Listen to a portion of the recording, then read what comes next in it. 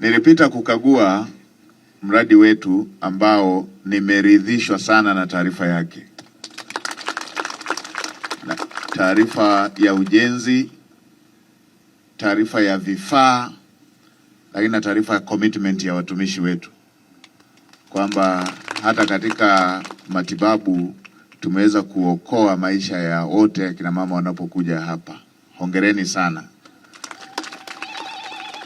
Na ndio maana nilisema nisalimie nilipoona mpo hapa, na wenda msipate fursa ya kufika kule ili muendelee na kazi zilizoko hapa.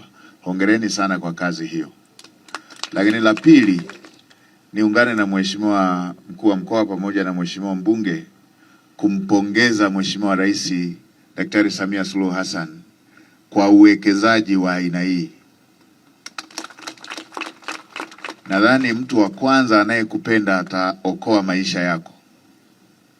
Hiyo ndo tafasiri zaidi ya utu. Tulikuwa na wilaya nyingi na halmashauri nyingi pamoja na umri wa nchi yetu zaidi ya miaka 60 hazikuwa na hospitali za wilaya. Rais Samia ni rais wa awamu ya 6.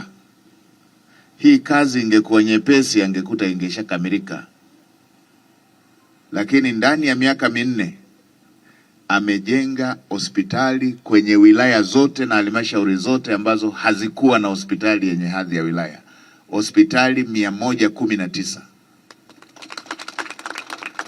Hii inaonyesha dhamira ya dhati iliyoko kwake ya kujali maisha ya Watanzania. Lakini si hospitali tu, hivyo hivyo na kwenye sekta zingine. Tulikuwa na tarafa zaidi ya 600, tarafa na kata za kimkakati zaidi ya 600 hazina vituo vya afya. Sasa ndani ya kipindi cha miaka 4 akajenga vituo vya afya zaidi ya 649.